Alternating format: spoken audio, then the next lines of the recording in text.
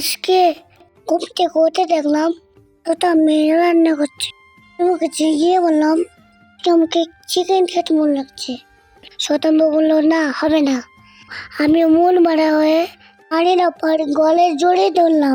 Chicken মানে খাওয়াবে না? বললো ঠিক আছে, কিন্তু তোকে আমার সহযোগিতা করতে হবে। আমি লেট হয়ে গেলাম। তারপর ব্যাপারটা পাত্র নিয়ে দিয়েছিল, তার মধ্যে চিকেন নিয়ে নিল, সব মশলা দিয়ে দিল, দই দিয়ে দিল। এটা কিন্তু টক ছিল। একটা লেবু লিচে দিয়ে দিল, একটা তেলও দিল। খুব সুন্দর লাগছিল। মাকেও ফেললো।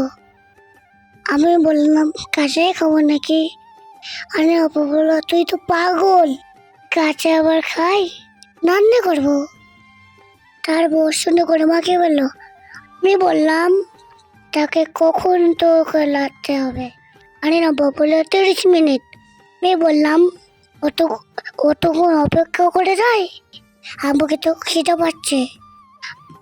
আরে না বললো দাঁড়া, হয়ে যাবে পরে আমাকে ডাকবে, যখন আসি তোমার রেসিপিটা কখন লাগলো জানাবে। Like comment, bye bye.